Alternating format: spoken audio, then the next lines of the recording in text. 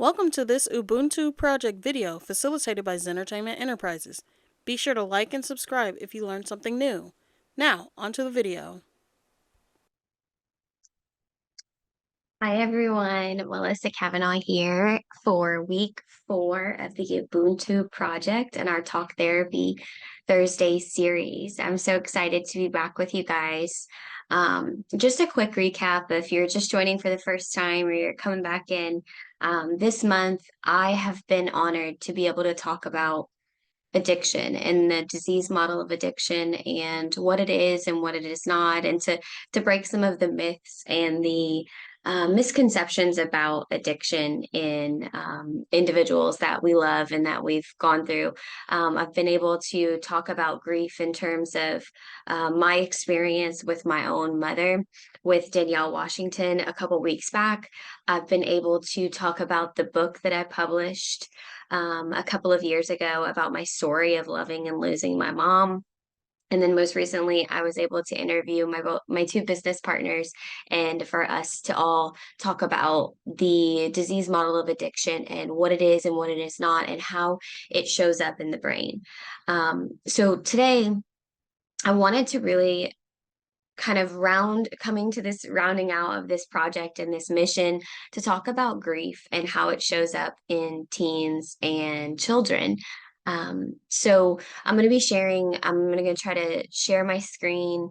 And if I can't, that's okay. I'll just kind of share the links that I have with the team, and they'll upload them a little bit later. But I wanted to talk about the grief process. And so if anyone's ever heard of Elizabeth Kubler-Ross, I'm going to go over a little bit of what she teaches about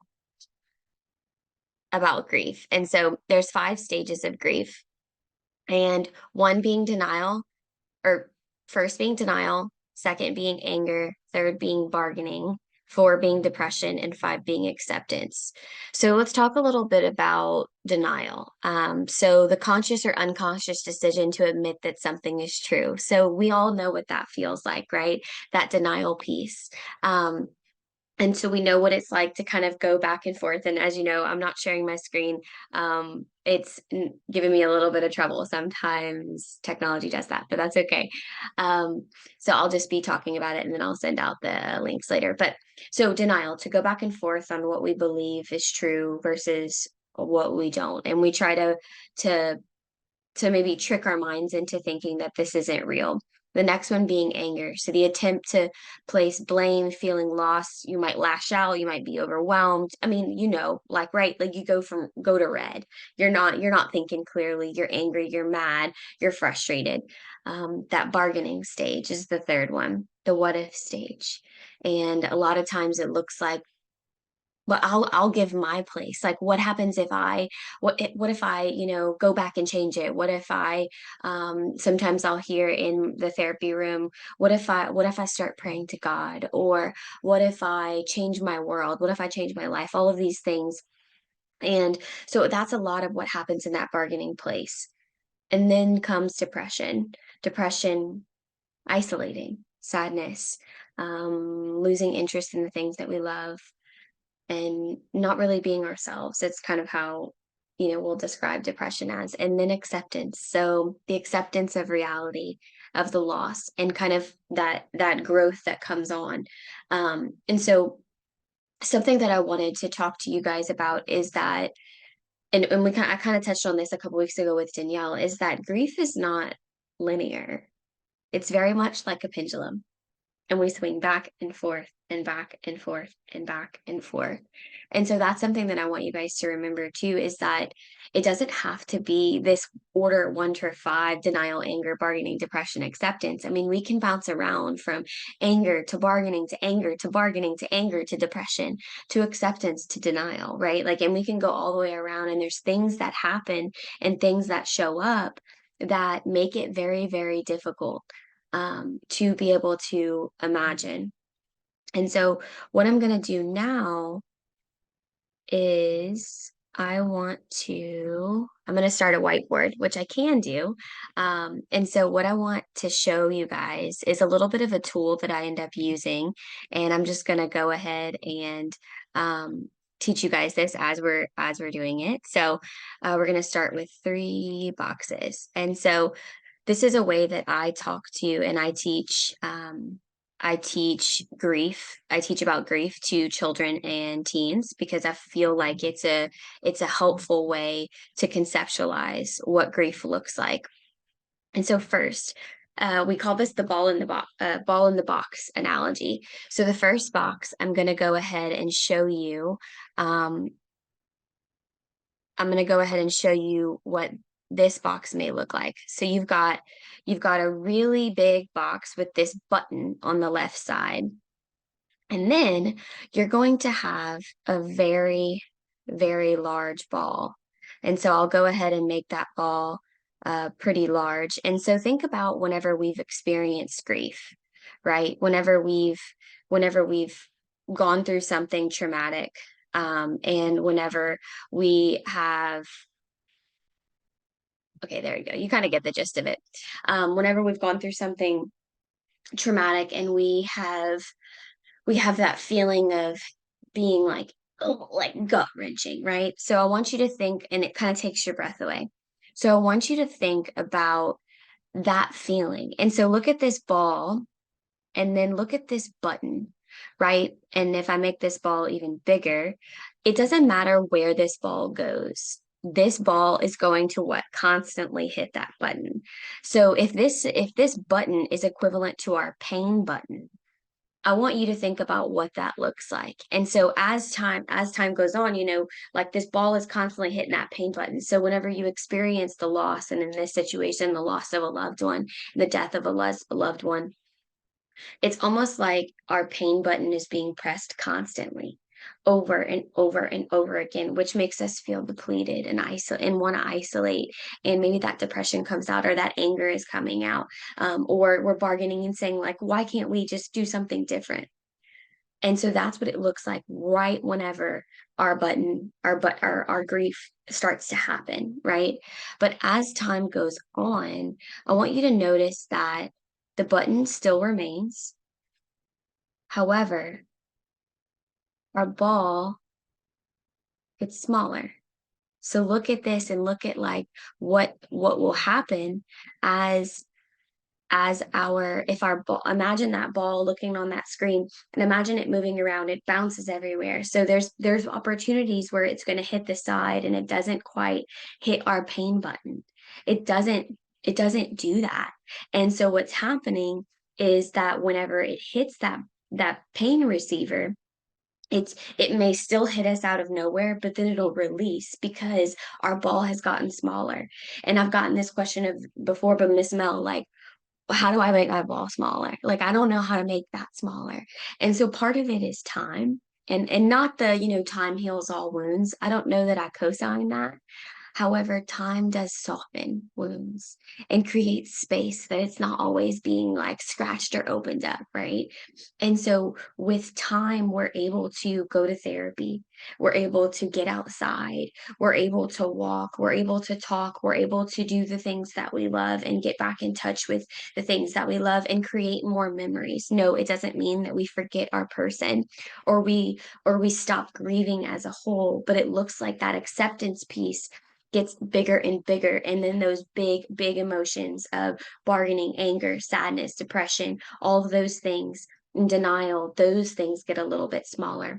And then by the end, I feel like you're going to know where I'm going with this, is that button stays the same. And then our ball is much smaller. Right. And so again, what does that look like? It looks like that.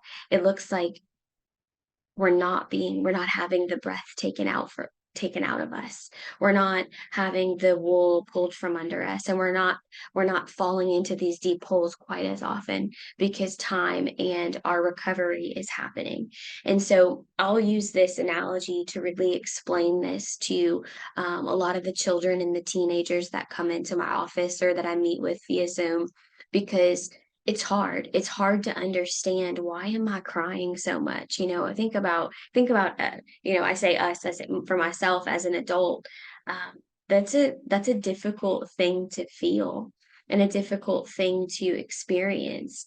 And so, and it can oftentimes be very, very confusing. So when we explain grief and we explain pain and things like that to a child or a teen, sometimes having something like this image here, this piece to be able to look at and create, is actually very, very helpful.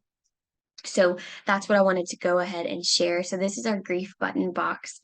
And I am actually able to share my screen now. So I wanted to go ahead and share that with you guys.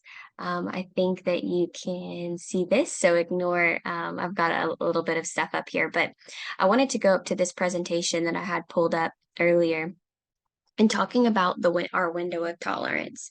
So when we talk about grief, we also look at our what's called our window of tolerance, and this is how it's going to show up in teenagers and in kids, and also adults too, but I specialize in teenagers and kids. So this is specifically what I wanted to talk about. So we've got our window of tolerance, which is that optimal functioning, right? And so this is kind of like our boring example. And what I'm going to show below is a more exciting example that can be used for working with children and teens. So the body in that optimal state, and you can reason, cognitive functioning is on par, all of these things. And then if you look above into that red place, is that hyper arousal. So you're overactive, you're unclear thoughts, like you can kind of like see how someone might be like boom boom boom boom boom boom boom, I just can't slow down, can't stop, emotionally exhausted, but just feeling like that intense like energy state, right? And then you've also got below hypoarousal. So this is going to be that depressed state, this lethargic numbness, being under motivated. It can almost look catatonic in nature. And what I mean by that is like, some people may dissociate a little bit. They may kind of appear zoned out somewhat. And so kids will often do that when they feel overwhelmed. They may kind of go into themselves and not really know what to say, not really know what to do. Now, if you showed this graphic to maybe a teen would understand, but like a younger child, they would be like, "What is that? That's just a bunch of colors. Don't know what that means." However, if you scroll down and look at this, the window of tolerance in rainbow form, looking at that, right? Both of the clouds have very different emotions, and the rainbow happens to be the optimal functioning. And so, thinking about that in a children's language, like bright colors, like happy thoughts, all of those things, that would be that optimal functioning. Whereas that extreme distress, of like sadness and kind of going into yourself, that hypoarousal is going to be on that left side, right? You can look at it here too. So look at them both on this end, and that hyper arousal on that right side. So just being able to remember that, like, that's how we can kind of look for some of these things within a child and a teen, and also talk about these things within a child and teen. A lot of times in classrooms, what I tell teachers or parents to kind of look for is your child eating the same? Are they, acting the same in class? Are they wanting to play at recess? Are they talking to their same friends? What is different about what's happening? And can we look for habits or themes or patterns to change when a child is experiencing grief? It also might look like a teenager acting out, right? Like it may look like them coming home late, or maybe experimenting with drinking or drugs, or something in that way, because they're trying to forget, they're trying to detach, they're trying to dissociate. And this is the way that they've figured out what's happening. And so the way that we try to respond, or I try to encourage parents or caregivers or teachers to respond, is with a non-leading question of, hey, I noticed that you've been a little off. Wondering if you want to tell me about it. I wonder if you want to tell me about what's going on. Um, and just, trying to connect with them before correcting in a sense. Now, I mean, if they're in harm's way or there's danger happening or, they're getting into trouble that is actually harmful to them, that's another story and that's another boundary to be set. But if it's just a child isolating or maybe talking back or pushing boundaries, things like that, trying to connect first, because oftentimes they don't know really what's going on. And that actually leads me to, I wanted to show you guys um, what's called the hand brain model. And I wanted to show that this is a presentation that we did, and I thought it was just very, very helpful. Now I'm trying to find it within the presentation so I can show you the graphic.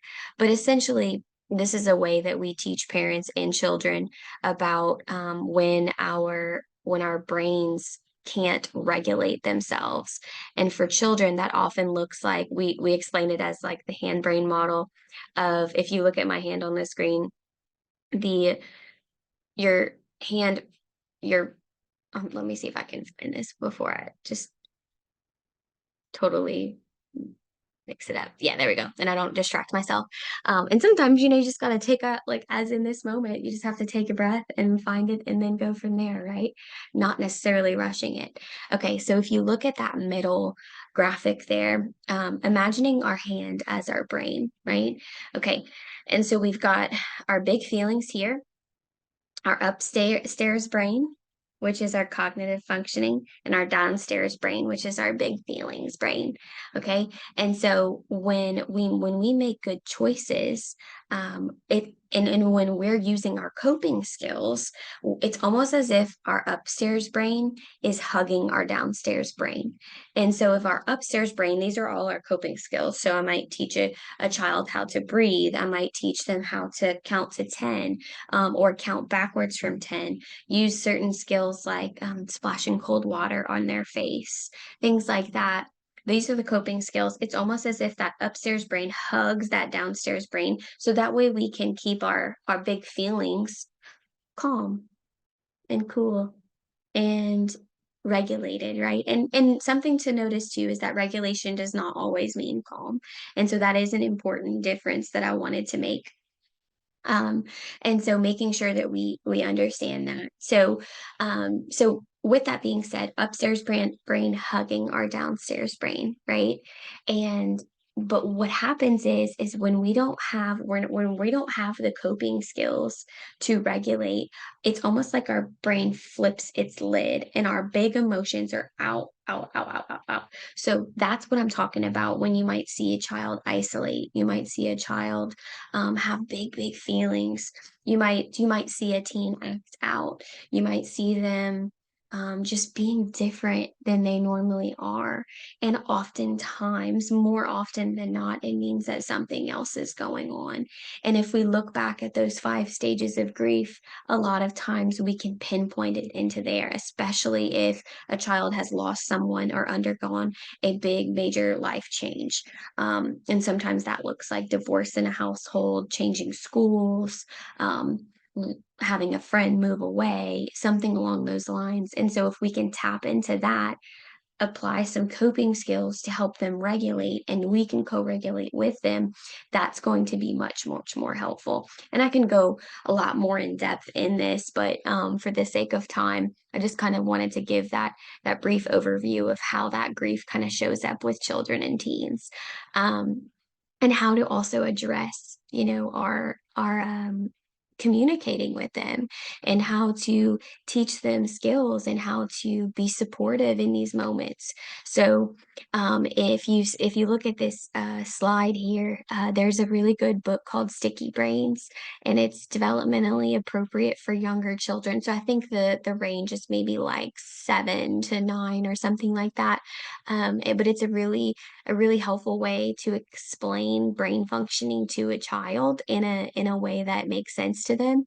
And then the picture on the left is a group of actually counseling ed students that they were practicing looking at the brain model of the hand model of the brain to explain the brain to a child. So just finding, like, that's the big thing too when we're treating grief and we're treating big emotions in the playroom or in the therapy room, is finding ways to really explain what we're saying, but in a developmentally appropriate way. So I am going to stop sharing my screen. And so now I'm back. And so I guess to wrap up today and to talk about to wrap up this topic of grief and how it shows up in children and teens, and how it shows up, I guess, in us people, is just remembering that it is a pendulum and it's not linear. And I said this to Danielle a couple weeks back of, you know, there's no rule book for how these things show up. And so I have people come into my office or get in my virtual office and just kind of look at me and say, "I don't know what to do. Melissa, please tell me what to do." And the reality is it's going to be different for all of us. But the importance is that we talk about it and that we continue to show up for ourselves and that we continue to find these resources that can help us to help us understand what we're going through, um, and why, right? The first time I saw the grief model, the 5 stages of grief, I was like, whoa, like I didn't know about it whenever I lost my mom at 18. No one had really explained that to me, that this is a potential of the waves of grief that I would go through. And I think I mentioned that a couple weeks ago, is that there was a piece of relief for me that was, in fact, very difficult. So, that's something that I wanted to share with everyone here, and hopefully have someone relate to what maybe I've been through, or what I teach to the people around me and the people that honor me with allowing them to walk through their life with them. So that's the big reason that I wanted to share this. And also, the other passion that I have is working with little children and teenagers and being able to bridge that gap. Because I think a lot of times research is focused on the adult, which I think is fabulous and wonderful. But there does need to be a focus on children and teens, because what if some of this trauma happens when someone is 5 or 8 or 11, right? We don't want to wait until someone's an adult to try to start treating it and try to start helping them understand. Why not start when they're young, when their brains are still forming? And yes, I'm a therapist and licensed in multiple states. And I've gone to school and got my master's degree, and so, yes, the therapy piece can only be done with a licensed mental health professional. However, the education piece can come from anyone and can be shown. So, someone talking about, I think you flipped your lid. Let's figure out how to close that lid, and being able to connect with a child, or sit next to a teen and be like, "Yeah, man, that sucks. That's really tough. Tell me about it." Right? Like, just being able to connect with them instead of saying, telling them what they should do, or giving them unwarranted advice, or whatever it may be. Just remembering that, you can connect because you have this information, and be like, yeah, like, that's super normal that you're angry. It's okay to be angry. I've been angry too. And being able to normalize those sorts of emotions, because we know that they are present, and that we don't have to, put everything with rose-colored glasses and make it seem like it's gonna be all pretty, because the reality is it's not always. So, that's kind of what I wanted to share today, and I hope it was helpful. I hope that some of you guys have taken something away from this, and I hope um, that if there comes a time that you're challenged with something, or if you're experiencing grief, or if you're experiencing dealing with a child having an outburst, that this might be a little bit of a helpful tool to be able to respond to them.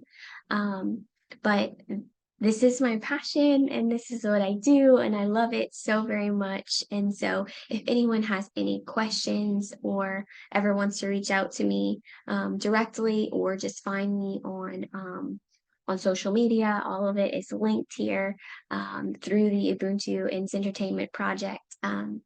And so I am here again, Melissa Cavanaugh, and I am so grateful and honored to have had this opportunity to present to you guys today and lead this Talk Therapy Thursday. And I look forward to seeing you again soon. Okay, have a good one. Please be sure to like and subscribe and hit the notification bell to know when we upload a new video.